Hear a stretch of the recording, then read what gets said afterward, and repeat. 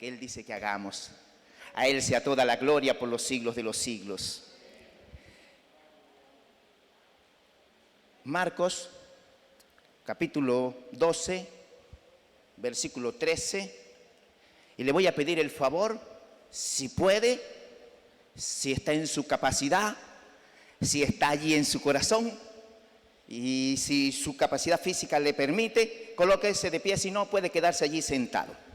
El versículo 13 dice de la siguiente manera: y le enviaron a algunos de los fariseos y de los herodianos para que le sorprendiesen en alguna palabra. Versículo 14: viniendo ellos, le dijeron: Maestro, sabemos que eres hombre veraz y que no te cuidas de nadie, porque no miras las apariencias de los hombres, sino que con verdad enseñas el camino de Dios. La pregunta: ¿es lícito dar tributo a César o no? ¿Daremos o no daremos? Enfático, ¿verdad? Mas él, percibiendo la hipocresía de ellos, les dijo: ¿por qué me tentáis? Traedme la moneda para que la vea. Ellos se la trajeron y les dijo: ¿de quién es esta imagen y la inscripción? Ellos le dijeron: de César. Respondiendo Jesús les dijo: dad a César lo que es de César y a Dios lo que es de Dios. Y se maravillaron de él. Aleluya. Señor, en esta hora te damos gracias. Muchas gracias, todopoderoso Rey eterno, príncipe de paz, grande Dios. Venimos ante ti en esta hora, Señor, reconociendo, Padre, que también hay dudas en nuestro corazón cuando de servirte a ti se trata, Señor. Hoy te pedimos que tú puedas despejar toda duda de nuestra mente y de nuestro corazón. Que hoy nosotros podamos comprender el llamado que tú tienes para nosotros, Dios, y que nos permitas, Señor, comportarnos como realmente somos hijos tuyos, donde portamos la imagen tuya, Padre, y donde nos sentimos orgullosos de poder ser llamados, Señor, ministros de tu reino. En el nombre de Jesús te damos gracias. Amén. Y amén. Pueden sentarse los que están de pie, mis amados hermanos. Voy a estar compartiendo con ustedes en esta mañana este texto y le he colocado como título: el problema del corazón es el corazón del problema. El problema del corazón es el corazón del problema. La expresión no es mía. El título no lo puse yo, no lo inventé yo, lo escuché de alguien. Y preguntando, él tampoco sabe, lo escuchó también, así que no se sabe quién fue el que inventó este título, pero a mí me pareció interesante poder compartir con ustedes hoy que el problema del corazón es el corazón del problema. Y si usted no comprende mucho la expresión, vamos a tratar de que usted la pueda comprender durante el camino, pero déjeme adelantarle algo. Todas las cosas se dan aquí en nuestro corazón. Todas las cosas salen de allí. Así que voy a ponerle un poquito de contexto y vamos a estar mirando a través de las Escrituras cómo el Señor puede iluminarnos para que podamos comprender la palabra del Señor. Estamos en la última semana del Señor Jesús aquí en la tierra. Si recuerdan, unos domingos antes se nos enseñó, Jesús entra a Jerusalén, mientras Él viene entrando a Jerusalén montado en un pollino, de acuerdo a cómo estaba establecido en el Antiguo Testamento, que es cosa maravillosa para nosotros, porque se estaba cumpliendo lo que ya Dios había dicho con muchos años atrás, y Jesús entra a Jerusalén montado sobre ese pollino. Y el pueblo de Israel en Jerusalén, todos están recibiéndole y todos están gritando: Hosana, Hosana, Hosana, bendito el que viene en el nombre del Señor, alabado sea su nombre por los siglos de los siglos. Mis amados, eso es hermoso, es maravilloso poder uno entender esa verdad, porque el rey montado en un pollino viene caminando, viene montado en su pollino entrando a Jerusalén. Pero así como Jesús entró ese día, el primer día de la semana, En esa semana también se iniciaron las mayores confrontaciones que podíamos ver. Porque a partir de allí vamos a encontrar a Jesús enfrentándose con los fariseos, enfrentándose con el pueblo, enfrentándose con los judíos, enfrentándose con el poder político de los herodianos. Él entonces durante esta semana, él va a estar en una lucha, en una confrontación profunda, total, y yo podría decir que de pronto es la semana más difícil para el Señor Jesús. A nosotros no nos gusta enfrentar problemas. Si podemos huirle a los problemas, les huimos. Si podemos desviarlo, le desviamos. Si podemos salirnos por otro ladito, cuando vemos allá que está el policía de tránsito y podemos irnos por otro lado, lo hacemos. Pero ¿sabe una cosa? Jesús no fue así. Jesús sabía que tenía que enfrentar a los herodianos. Jesús sabía que tenía que enfrentar a los fariseos. Jesús sabía que tenía que enfrentar al pueblo. Jesús sabía que tenía que enfrentarse él mismo con la propia muerte. Y él no duda un instante para poner su frente en alto y decir, hacia allá voy. Cosa que nos tiene que motivar a nosotros. Cosa que nos tiene que animar a nosotros para poder seguir adelante. Así que cuando usted esté enfrente de un problema, no le tenga miedo al problema. Cuando usted vea una dificultad por venir, no le tenga miedo a la dificultad que viene en camino. Usted fortalézcase en el Señor. Y dígale al problema, contigo yo puedo porque conmigo está el que es más que vencedor. Y si Él está contigo, mi amado hermano, mira, no hay nada que te pueda hacer frente. Tú vas a estar en victoria y vas a salir en victoria. Pero nosotros miramos allí el texto. Y cuando vemos el texto, una de las cosas, las primeras que usted puede observar allí, en el versículo 13, ¿sabes qué? Es que la palabra del Señor nos dice a nosotros, y le enviaron a algunos de los fariseos y de los herodianos para sorprenderle, para tentarle, para cazarlo. Y eso es otra cosa. Una cosa es que llegue el problema a tu vida porque tiene que llegar, pero otra cosa es cuando los demás están acechándote, buscando la manera de cómo te pueden hacer tropezar. ¿Cómo el enemigo se puede levantar para hacerte tropezar? Tú tienes que estar pendiente, tú tienes que estar vigilante, tú no puedes dormirte, tú tienes que saber que eres un objetivo de Satanás y él que buscará todos los mecanismos para destruirte. En versículos anteriores, por ejemplo, en el versículo 8 de ese mismo libro de Marcos, versículo 11, dice, vinieron entonces los fariseos y comenzaron a discutir con él pidiéndole señal del cielo. Pero lo hacían, dice el texto, para tentarle. Allá estaban tendiéndole una trampa en 12:13, están tendiéndole una trampa. Aquí le están tentando en el 10:2 del mismo libro de Marcos. Y se acercaron los fariseos y le preguntaron para tentarle. Pero ellos van aumentando. Hacen preguntas para tentar al Señor, para provocarlo. Pero cuando llegamos al capítulo 12, encontramos que allí están los fariseos y los herodianos, haciéndole una cacería al Señor, como si Él fuera un animal de caza. Buscando la manera de cómo pueden hacerle tropezar. Y con esto quiero decirte, mi amado, que la arrogancia de nuestro corazón, nos lleva a deslizarnos de los caminos de Dios.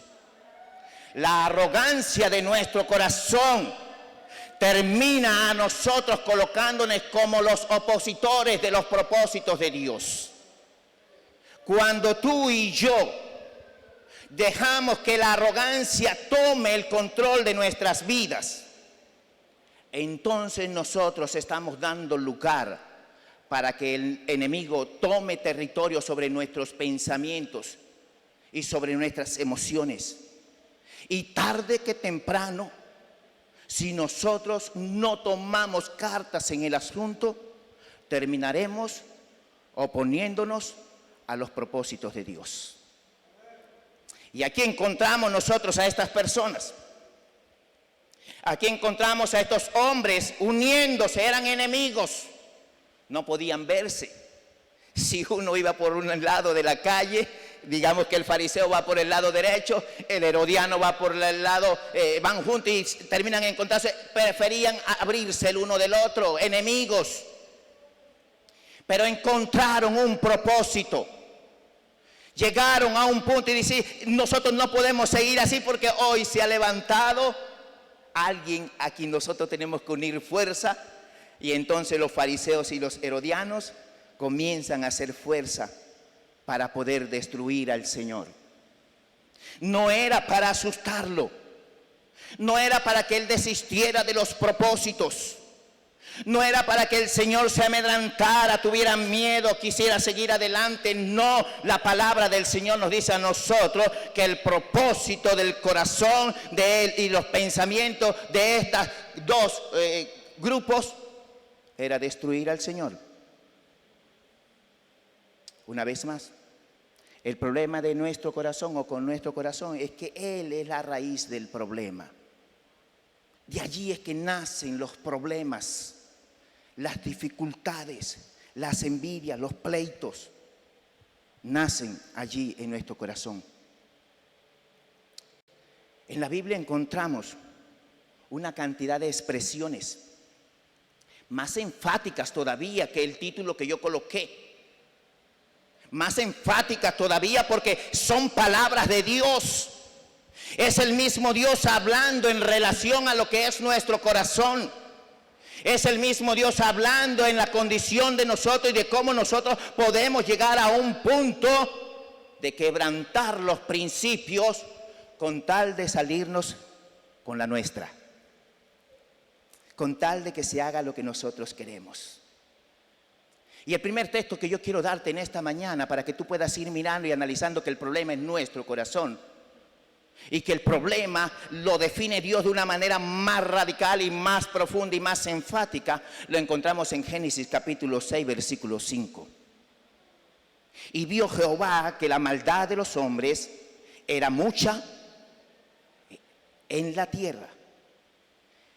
Y escucha, y que todos los designios de los pensamientos del corazón, el corazón alcanza a meditar, el corazón alcanza a pensar, el corazón alcanza a planear, el corazón alcanza a discernir, el corazón alcanza a hacer muchas cosas. Sigue diciendo el texto de Génesis que los pensamientos de ellos era de continuo solamente al mal. Solamente enfatiza la palabra. Ahí puedes ir mirando cómo es nuestro corazón. La dimensión que hay en nuestras vidas. Y que lastimosamente la inclinación de nuestra vida es hacia el mal. Levítico 19:17 dice, no aborrecerás a tu hermano en tu corazón.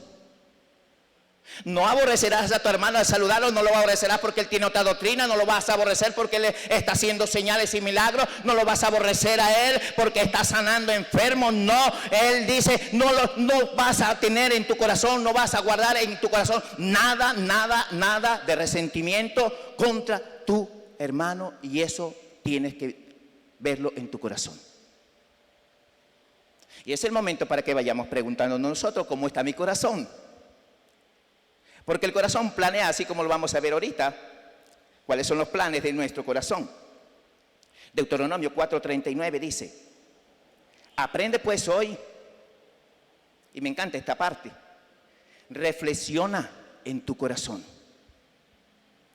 Aprende pues hoy, reflexiona en tu corazón, que Jehová es Dios arriba en el cielo y abajo en la tierra, y no hay otro como Él.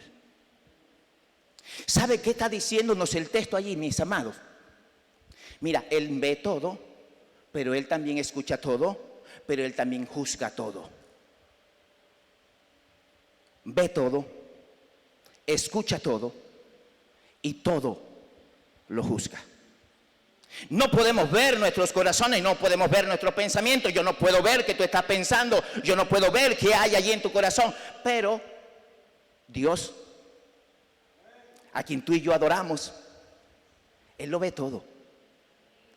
Los pensamientos que no escuchamos, Él los escucha a grandes gritos.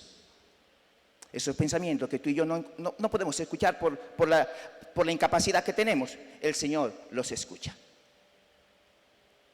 Si vas conmigo y te estás dando cuenta cuál es la dimensión de la maldad de nuestro corazón y por qué el corazón es la raíz de los problemas. Mira Salmo 14:1.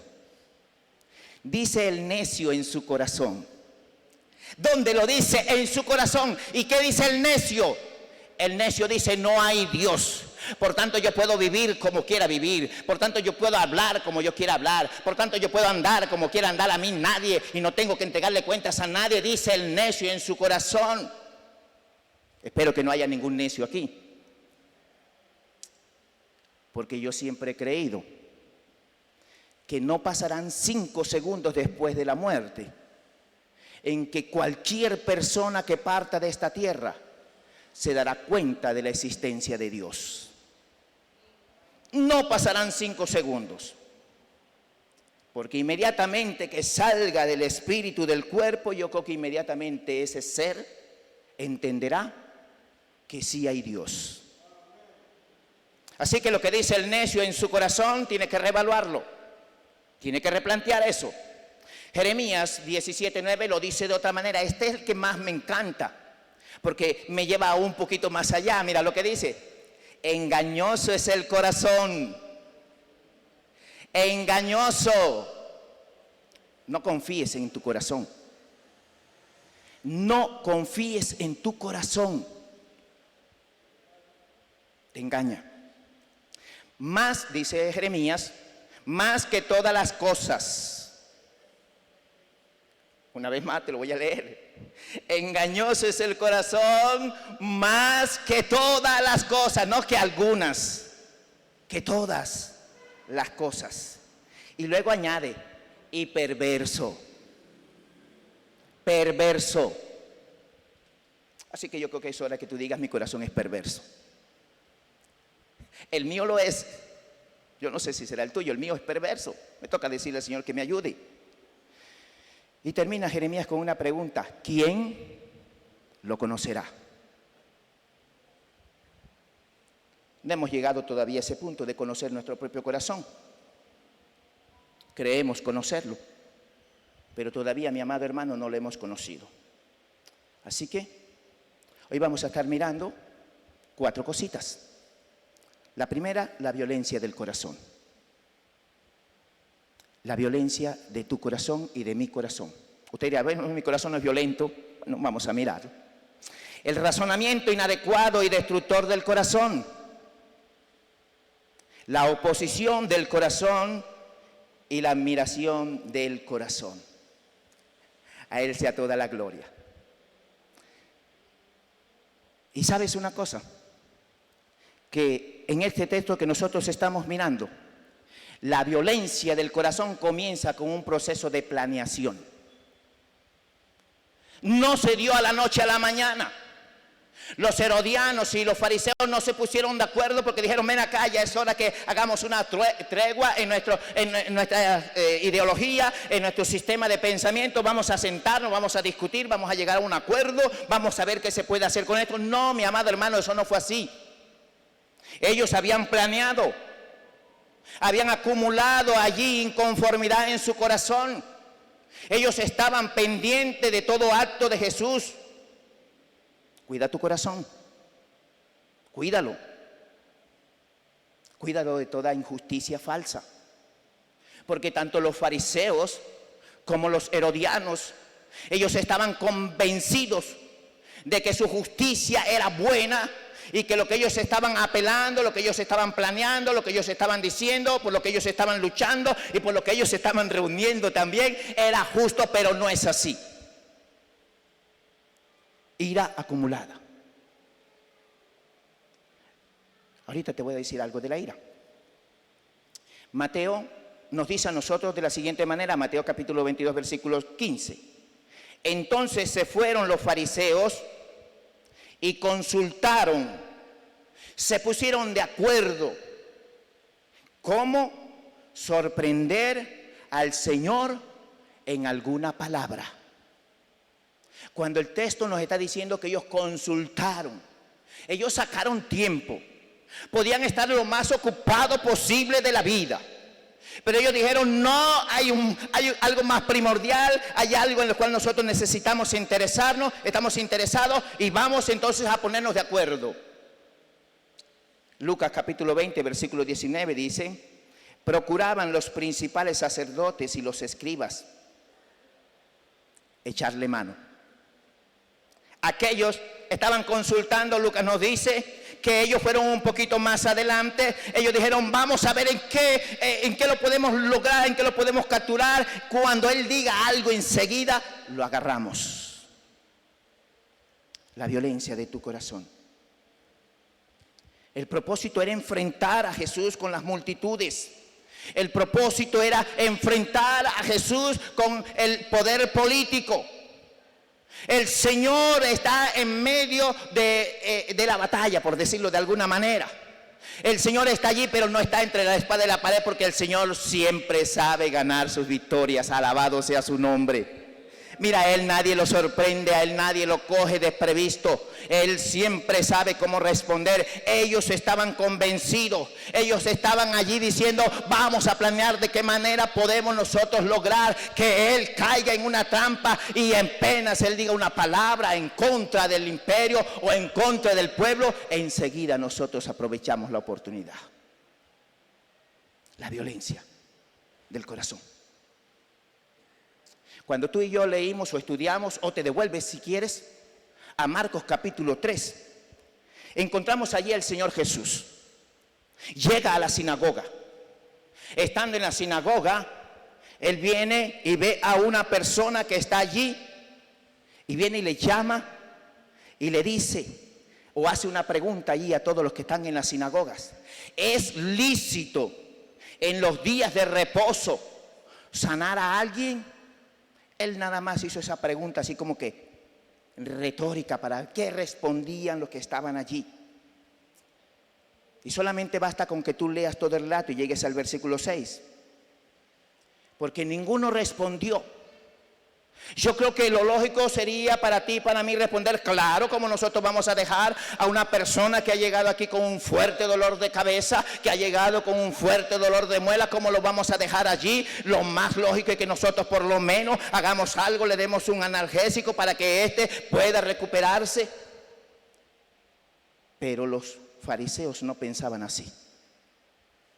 El versículo 6 de ese capítulo 13, mira lo que dice: y salidos los fariseos, tomaron consejo con los herodianos contra Él para destruirle. Para destruir al Señor. Cuánto ignoraban ellos que el Señor no hay quien lo destruya. Que al Señor no hay poder que le pueda subyugar. No lo hay, mi amado hermano. Nosotros notamos que el mayor esfuerzo del hombre, por mucho que el hombre sea inteligente, por mucho que el hombre tenga capacidades, jamás podrá con Dios. A la final tú y yo terminaremos vencidos por Dios. Pero esa es la mejor de las derrotas que tú y yo podemos tener. Así que no te aflijas cuando el Señor salga a tu encuentro y te derrote allí, buscando tu vida, transformando tu mente, cambiando tu corazón. Más bien dile: Señor, quiero ser derrotado por ti. Dile: Señor, derrótame. Aquí había un problema con estas personas, con los herodianos, con los fariseos, y era que en ellos se había despertado un espíritu de ira, digo yo, que ellos encarnecidamente estaban buscando al Señor para destruirle.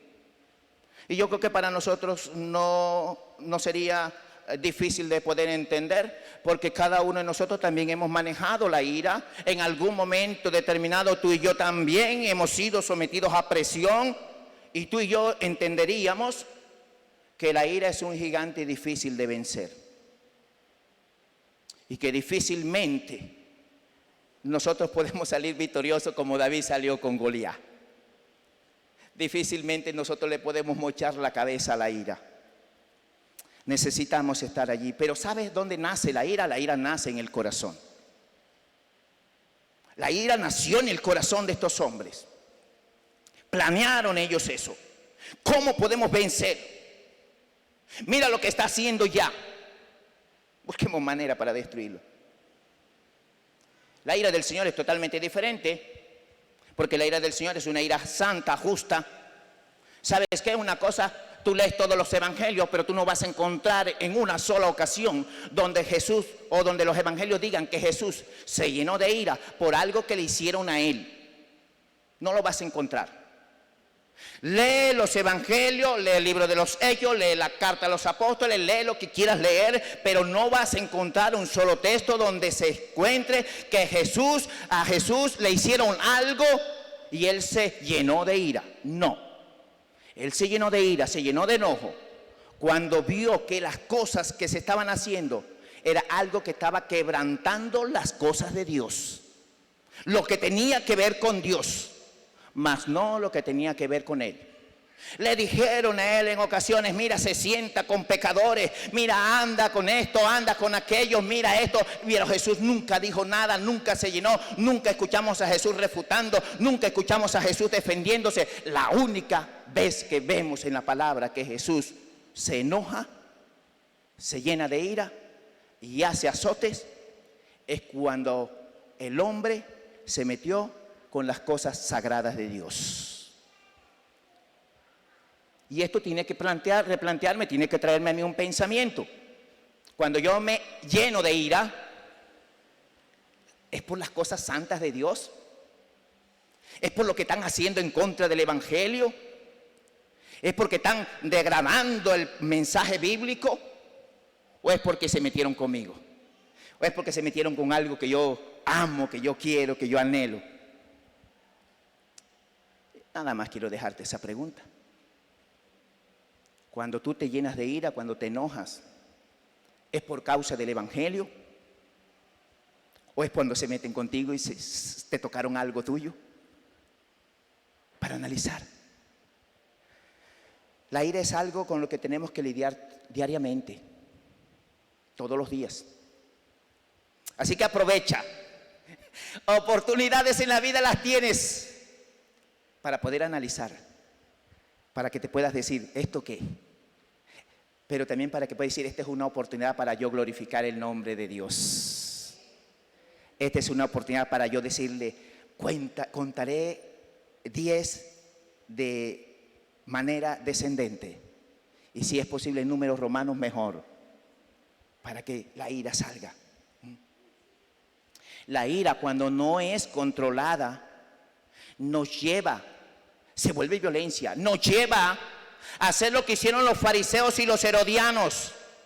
Nos llevan a planear la manera de cómo podemos poner tropiezo, cómo podemos hacer caer, cómo podemos destruir, cómo nosotros podemos acabar con alguien. Cuídate, cuídate. Le dijo el Señor, cuidado de la levadura de los fariseos. Bueno, cuídate de la ira de los fariseos y de los herodianos. Generalmente, ¿sabes qué? Una cosita, y es que la ira se produce en nosotros, casi siempre es así, porque queremos salirnos con la de nosotros, porque queremos salirnos con lo nuestro, y nos llenamos de ira. Pregúntate, cuando te llenes de ira, ¿qué está pasando? ¿Por qué estoy lleno así? ¿Por qué estoy reaccionando así? Los herodianos y los fariseos estaban buscando aquí en este texto salirse con la suya. Estaban planeando la manera de cómo hacer caer el Señor. Y eso no es otra cosa que salirse con la suya. El Señor es muy inteligente. Ellos estaban convencidos de que podían destruir al Señor. Y yo me imagino que cuando ellos tomaron consejo, que cuando ellos se reunieron, que cuando ellos hablaron y cuando ellos estaban allí, mira, hubo uno que dijo, alzó la mano, a mí se me ocurre algo, podemos hacer esto. Vamos a cogerlo en su propio juego. ¿Recuerda cómo quedamos nosotros de ridículos? Cuando nos habló y nos dijo de quién era el bautismo, si era de Juan o era del cielo, ¿sí se acuerdan? Ellos tenían que tener eso clarito en mente. Ellos estaban resentidos por lo que había pasado. Ellos, el Señor los había desbaratado todos sus planes allí cuando habían venido. Ellos estaban buscando la manera de desquitársela como solemos hacer nosotros muchas veces. Y ellos están allí convencidos de que pueden destruir al Señor, que pueden acabarlo, que pueden tenderle una trampa y que el Señor va a caer. Ellos están allí completamente convencidos, pero están equivocados. Entonces ellos vienen y ponen en práctica algo que generalmente también acostumbramos a hacer nosotros. Comienzan a adular al Señor. Vamos a ablandar su corazón. Vamos a hablar allí a su mente, que yo sé que cuando nosotros comenzamos a decirle palabras halagadoras al Señor, y cuando nosotros inflemos su orgullo porque ellos pensaron que el Señor era como ellos. Mira, uno de los textos, para hacer un paréntesis, que más me encanta a mí es lo que dice el Salmo 58, 21. Creíste que yo era como tú, pero Dios no es como nosotros. Dios no es como nosotros. Eso creemos nosotros. Y comienzan, van donde el Señor, entonces comienzan a adularle. El Proverbio 29:5 dice, el hombre que lisonjea a su prójimo retiende. El hombre que habla palabras halagadoras, dice Proverbios. El hombre que comienza a hablar elocuente, y tú si eres esto, y tú si eres esto otro, y no sé qué. Mira, retiende delante de los pasos del otro. El Señor tenía claro eso, yo creo que el Señor lo sabía. Marcos 12:14 dice, viendo ellos, le dijeron, maestro. Mira, arrancando con esta palabra, para ellos les costó. A veces, bueno, yo creo, ¿no? Que por eso es que ellos mandaron a los alumnos, no fueron ellos, sino que enviaron. Dicen, no nos toca decirle maestro, vamos a mandar a los alumnos. Porque decirle maestro, decirle maestro al Señor, para ellos significaba rebajarse, porque era tanto el orgullo que ellos sentían, era tanto el orgullo que ellos tenían, que les era imposible poder rebajarse delante del Señor. Y ellos comienzan, y la primera palabra que ellos utilizan allí para halagar al Señor es maestro. Vamos a inflar tu ego. Y sigue diciendo. Versículo 14 de Marcos 12. Allí puedes poner tus ojos y verás. Sabemos, entendemos, hemos estudiado, te hemos visto. Cuán equivocada a veces nosotros estamos. Sabemos que eres hombre veraz y que no te cuidas de nadie, porque no mira la apariencia de los hombres, sino que con verdad enseñas el camino de Dios. ¿Te diste cuenta cuántas palabras, cuántas frases halagadoras hay allí en ese versículo para tratar de impresionar al Señor? Tú y yo no podemos impresionar a Dios. No lo podemos impresionar. Porque Dios conoce nuestro corazón, Dios conoce nuestras vidas, Dios conoce nuestro sentar, Dios conoce nuestro levantar. Tú estás delante de Dios todo el tiempo, las 24 o las 12 horas del día y las 12 horas de la noche. Dios está viéndote. No creas que tú puedes impresionar a Dios. Estas personas van donde Jesús y vamos a impresionarlo, vamos a inflar su ego, vamos a decirle esto para que Él caiga en nuestra trampa. Insolentes que son. Ignorantes de la verdad.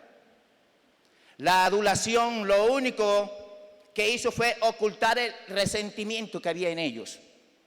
Ellos lo único que hicieron fue tapar esa opresión, esa inconformidad que había en sus vidas, quisieron taparla con palabras de adulación. Pero qué bueno es cuando nosotros podemos mirar la raíz. ¿Qué hay y qué nos hace hacer aquellas cosas que hay en nuestro corazón? Nos volvemos violentos de alguna manera. Juan capítulo 5, versículo 16 dice, no olvides que era lo que ellos querían. Juan 5:16. Y por esta causa los judíos perseguían a Jesús y procuraban matarle, porque hacía estas cosas en el día de reposo. Allí el Señor había sanado a un paralítico, estaba allí en Betesda. El Señor le dice, ¿quieres? Bueno, él lo levanta y le sana, y esta persona toma su lecho, sale a caminar y se encuentra con los fariseos. Los fariseos le preguntan, le interrogan, ¿por qué tú estás cargando ese lecho en el día de hoy? Si eso no está permitido dentro de la ley. Y él le dice, bueno, la verdad, si quieres saberla, es que el que me dijo a mí, toma tu lecho y anda, también me dijo que él lo podía hacer. Vayan y pregúntenle a él. Y dice la Biblia que desde ese momento ellos buscaban oportunidad para matar al Señor. Marcos 11:18. Y lo oyeron los escribas y los principales sacerdotes y buscaban cómo matarle. Una vez más, Marcos 14:1. Y buscaban los principales sacerdotes y los escribas cómo prenderle por engaño y matarle. Lucas 19:47. Los principales sacerdotes, los escribas y los principales del pueblo procuraban matarle. Lucas 22:2. Y los principales sacerdotes y los escribas buscaban cómo matarle. Juan 5:18. Por esto los judíos aún más procuraban matarle. Ahora yo voy a tratar de decirte qué significa esto en el original. En el original significa matarle, quitarle la vida. ¿Hasta dónde llega la violencia de nuestro corazón?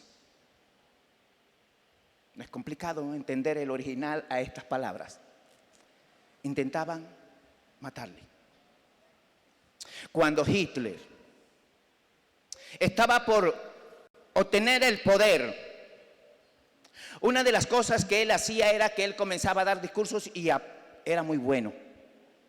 Era buenísimo dando discursos. Y entre sus discursos, él siempre estaba hablando y estaba apuntando y estaba diciendo, yo voy a perseguir a los judíos, no quedará ni un judío, todo judío que yo pueda ver, todo judío será ejecutado. Y lo decía públicamente y sin ningún temor.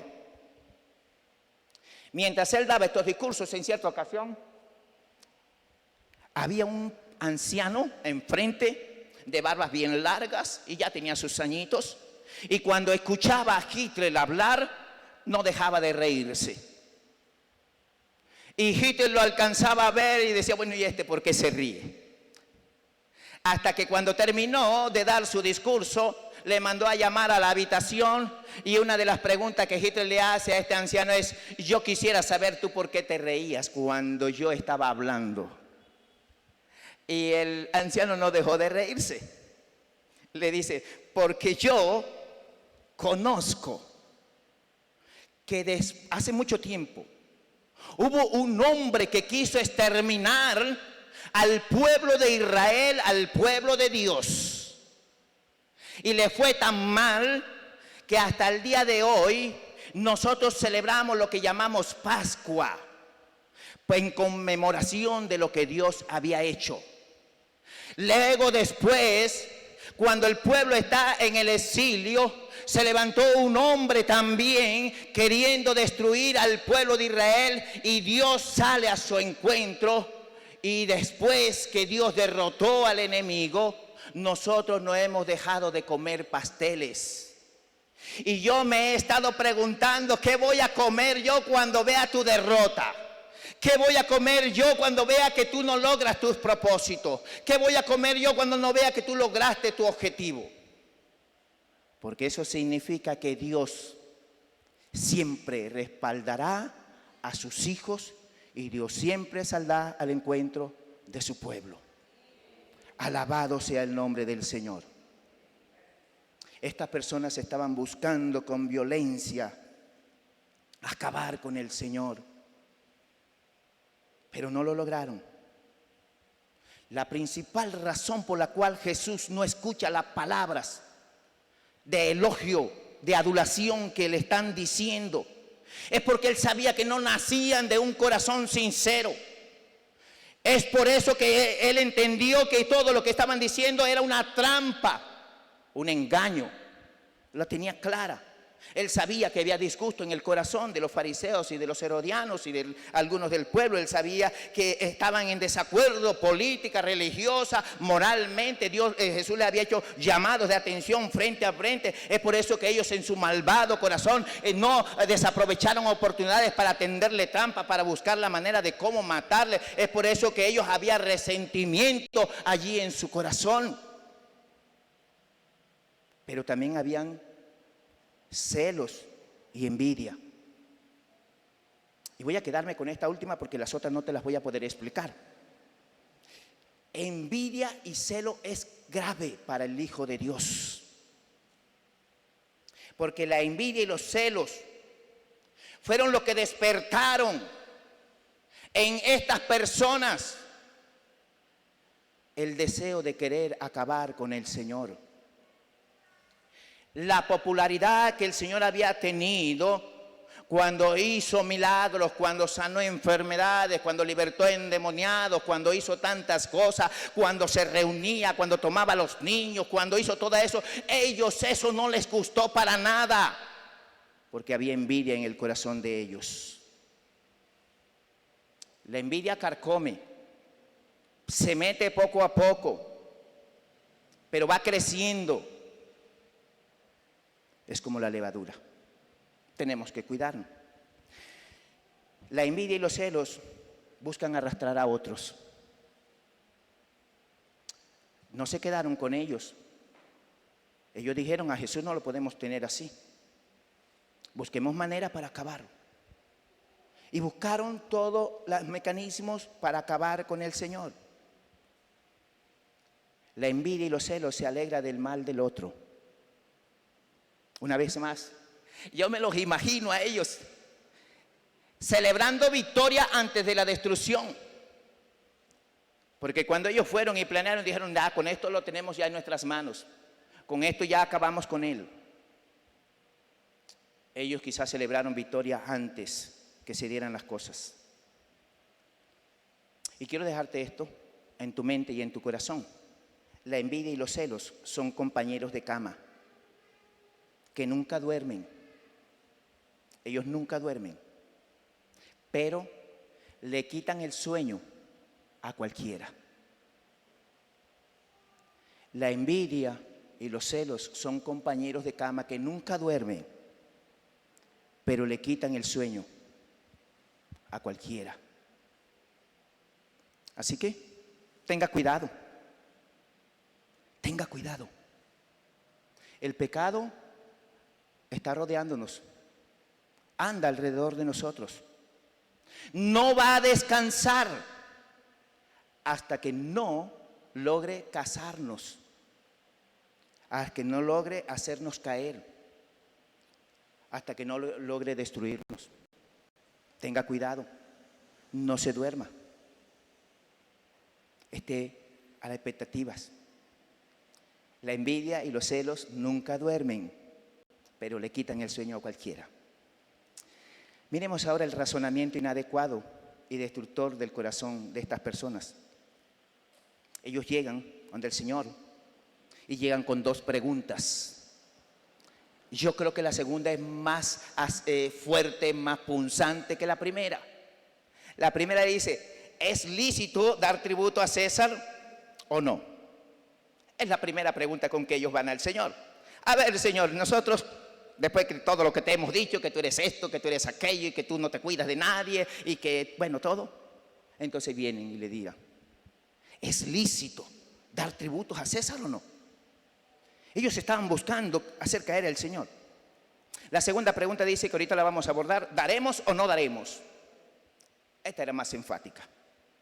Marcos 12:15 dice: mas él percibiendo, escucha la palabra percibiendo, estaban las expectativas, sabía por dónde venía el asunto, no lo cogieron de sorpresa.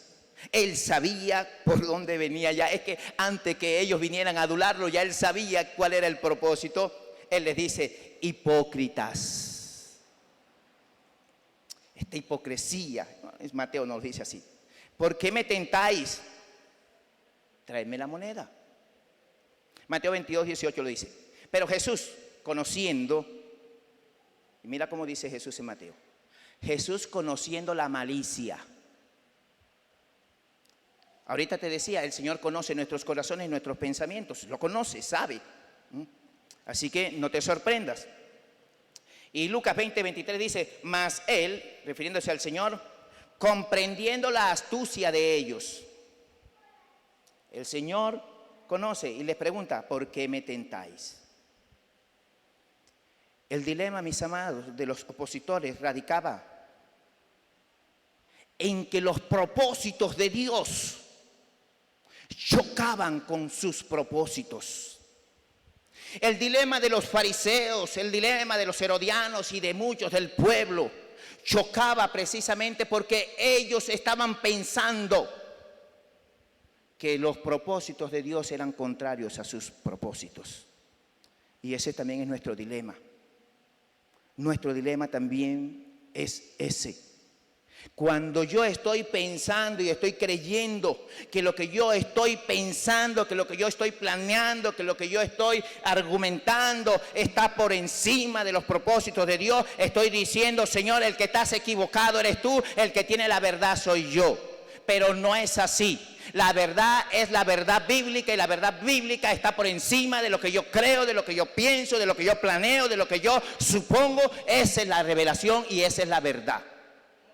Y yo debo llevar todos mis pensamientos al filtro de la palabra y luego determino que eso es cierto porque así lo justifica la palabra o eso no es cierto porque así lo contradice la palabra. En estos días he estado en conversación con algunas personas precisamente porque hay luchas en nuestras mentes y en nuestros corazones. Porque a pesar de saber la verdad, nos cuesta someternos a la verdad. Cosa difícil. Jesús reconoce, cuando le vienen a hacer esta pregunta, Jesús reconoce la autoridad del imperio romano sobre el imperio judío. Jesús no cuestiona, Jesús no pelea, Jesús no anda haciendo alaraca, Jesús no anda violentando, Jesús no anda motivando al pueblo para que se subleve contra el imperio romano. No, Él sabe que el pueblo está bajo el poder del imperio romano. Es por eso que Él responde como responde cuando le vienen y le preguntan, ¿damos o no damos? La moneda, porque Él manda a pedir una moneda, en una parte tenía la inscripción que decía Tiberio César, hijo del divino Augusto. En otras palabras, en esa parte de la moneda, la imagen que portaba le pertenecía a César. Le pertenecía a él porque él estaba allí en esa imagen, él había aportado el recurso, él había aportado la moneda y el pueblo lo único que hacía era usar esa moneda. Al reverso de la moneda decía Máximo Pontífice. Para el pueblo de Israel esto era inconcebible en su mente hipócrita. Ellos decían, si nosotros vamos a pagar este impuesto, no solamente implica que nosotros estamos bajo el imperio romano, cuando realmente estaban bajo el imperio romano, sino que nosotros estamos contribuyendo a adorar a César. Pero no es así. Y ahorita te voy a decir por qué no es así. Cuando Jesús responde, Jesús es enfático. Cuando Jesús manda a buscar la moneda, porque Jesús no andaba moneda. Él manda y pregunta, a ver, ¿quién de ustedes tiene una moneda? Yo no sé si alguno de los fariseos o los herodianos, creo que los herodianos podían tener una moneda porque ellos sí estaban de acuerdo con el imperio, ellos aportaban, ellos eran herodianos y ellos no tenían conflicto con ese asunto. Para ellos era fácil poder dar impuestos, para los fariseos era un poco más complicado, pero yo creo que no hubo problema para conseguir la moneda en medio de la multitud. Tráeme la moneda, dice el Señor. Tráigame una moneda. Y cuando ve la moneda, yo he de creer que la puso así, en alto. Y yo quiero que la vean todos ustedes. Da al César lo que es del César y a Dios lo que es de Dios. Dad al César lo que le corresponde.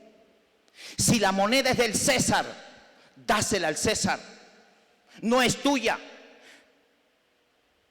Si la moneda del César la estás usando, paga el impuesto que corresponde porque la estás usando. Todavía no he visto el primer cristiano que venga de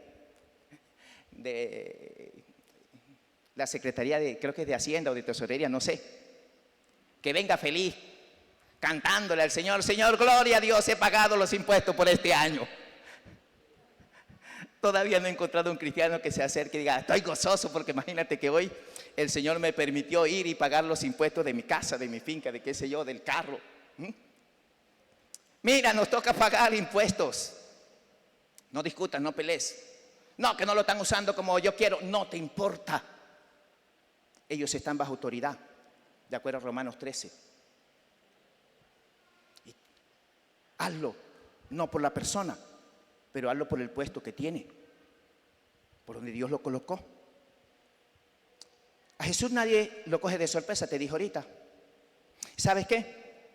Que estudiando el texto, cuando la comitiva viene y le pregunta al Señor Jesús: ¿debemos dar al César?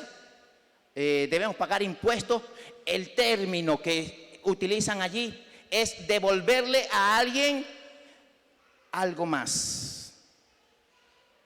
Pero cuando Jesús responde da al César, no usa el mismo término. Cuando Jesús usa el término da al César, está diciendo: paga lo que tú debes. Términos diferentes, cosas diferentes. Mientras ellos están pensando que le van a devolver algo, que van a adorar a César, Jesús le está diciendo: no se trata de adoración al César, se trata de algo que tú debes. Y si tú debes algo, como hijo tienes que pagarlo. Así que no te preocupes por eso. Preocúpate porque cuando debieras de darle a Dios lo que es de Dios, tú no lo estás dando. Porque tú portas la imagen de Dios. Y si tú eres portador de la imagen de Dios, tienes que vivir, tienes que dar, tienes que actuar, tienes que comportarte, tienes que vivir de acuerdo a quien está implantado en tu vida. Y esa imagen que está en tu vida es la imagen de Dios. Jesús recrimina la actitud de ellos. Porque mientras ellos están pensando que es un compromiso obligado, Jesús le dice: mira, para Dios tú llevas la imagen de Dios, así que preocúpate. Preocúpate con darle a Dios, que no se lo estás dando, lo que le corresponde a Dios. Ahora déjame traerlo acá a la vida de nosotros. ¿Estás tú dándole a Dios lo que le corresponde? Porque tú y yo somos portadores de la imagen de Dios. Seas gordo o seas flaco, o seas alto o seas bajo, o seas bonito o seas feo. Todos nosotros somos portadores de la imagen de Dios. Le estás dando tú, porque si tú estás portando la imagen de Dios, bueno, entonces dale a Dios lo que le corresponde. Dale tu vida, dale tu tiempo, dale tus emociones, dale tus sentimientos, dale tus posesiones, dale tu familia, dale tu tiempo, dale tu trabajo, dale todo. Porque hoy no te pide impuesto, hoy te pide tu corazón. Hoy no te pide que traigas moneda, hoy te pide que traigas tu vida. Dad a Dios lo que es de Dios. No permita que Satanás ponga un pie en la puerta de tu corazón. No lo dejes, porque te va a desviar. Te va a desviar y te convertirás en un opositor de Dios. Ellos decían: no estamos de acuerdo, no estamos de acuerdo, y se cerraron en eso. Versículo 16 de Marcos. Ellos se la trajeron y les dijo: ¿de quién es esta imagen?, dice el Señor, ¿y de quién es la inscripción? ¿Y sabes qué respondieron ellos? De César.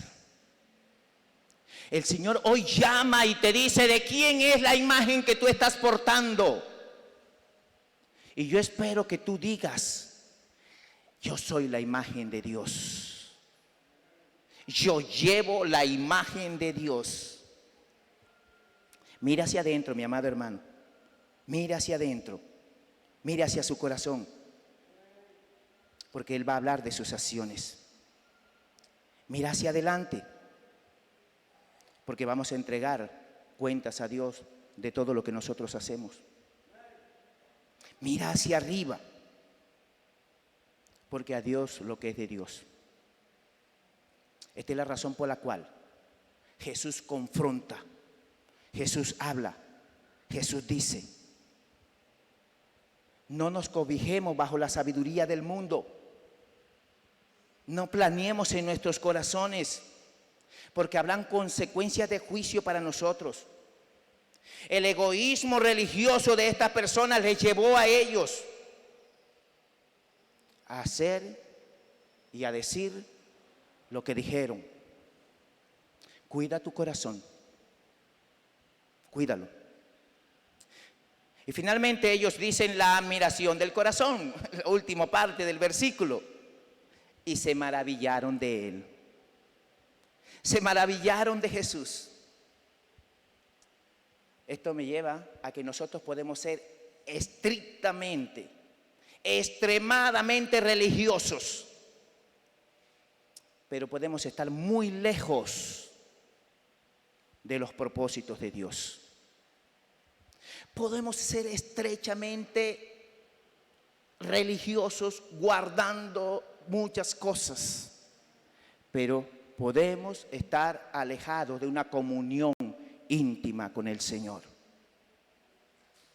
Esta gente conocía la ley, pero se amaban más ellos. Vieron al Señor obrar, pero no aceptaron lo que Él estaba diciendo.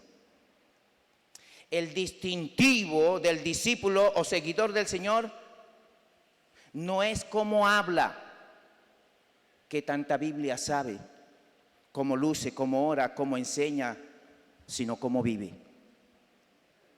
¿Cómo tú estás viviendo? ¿Qué dice el prójimo de ti, de tu relación con el Señor? Un peligro que tú y yo tenemos que evitar es oír la verdad, entender la verdad, abrazar la verdad y aún así negarnos a aceptar esa misma verdad. Te lo voy a repetir. Un peligro que debemos evitar es oír la verdad, oír, escribir con mayúscula, entender la verdad, abrazar la verdad y aún así negarnos a aceptar esa misma verdad. El Señor Jesús nos deja unas palabras muy, muy hermosas en Juan 3:36. El que cree en mí, dice Él allí, el que cree en Él, el que cree en el Hijo del Hombre, tiene vida eterna. Pero el que rehúsa creer, la ira vendrá sobre su vida. Los herodianos decidieron, junto con los fariseos y junto con muchos judíos, no aceptar la verdad, no aceptar al Señor. Y ellos fueron o están o van a ser juzgados por el Señor.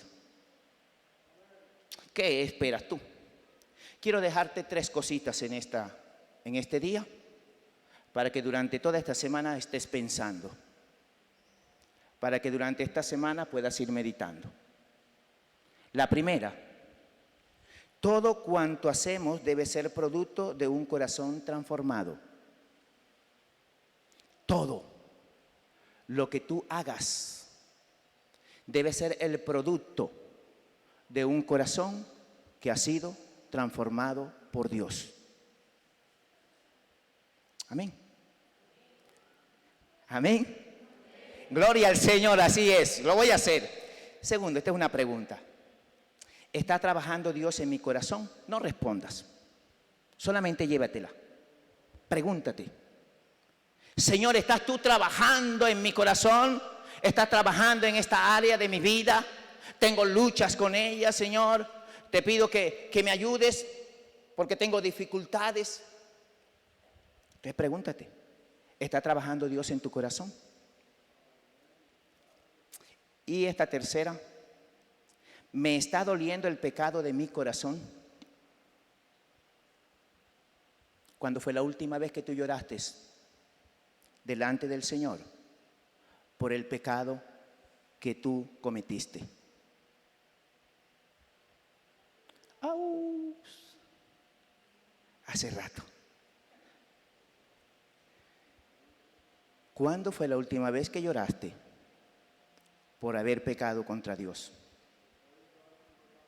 El Señor nos llama a nosotros a venir a su presencia, a cuidarnos. No dejemos que el enemigo tome terreno.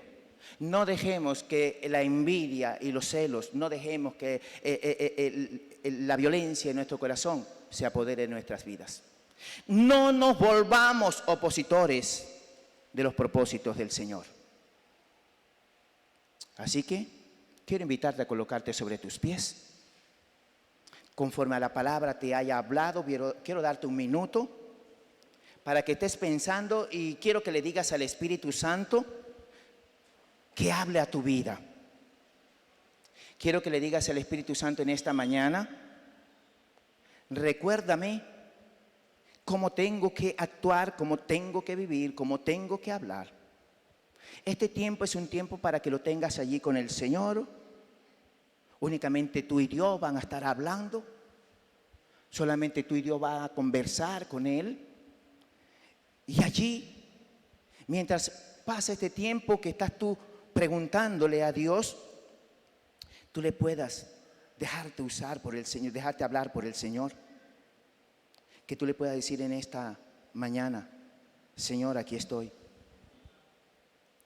Si hay alguien que me conoce, ese eres tú. Si hay alguien que conoce mi vida, ese eres tú. Que hoy puedas hablar con el Señor. Tómate ese minuto. Habla allí con el Espíritu Santo. Que no sea tu mente, porque la mente nos engaña. La mente hace que nos justifiquemos. Deja que sea el Espíritu Santo que hable a tu vida. No te desesperes. Deja que el Señor hable a tu corazón. Deja que hable a tu vida. Soberano Señor, en esta hora, Señor, venimos ante ti.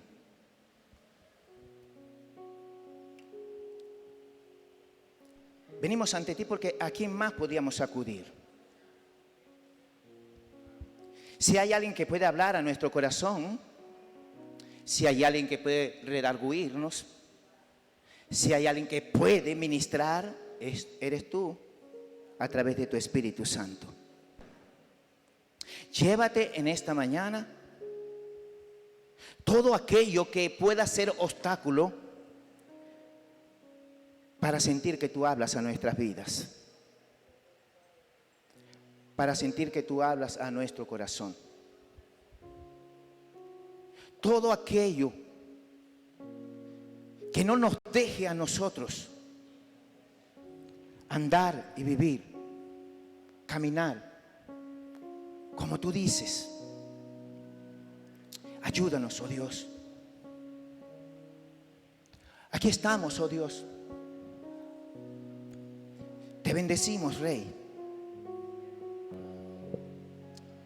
Muévete. Jesús, eres mi plenitud. Te adoramos, Señor. Cristo Jesús.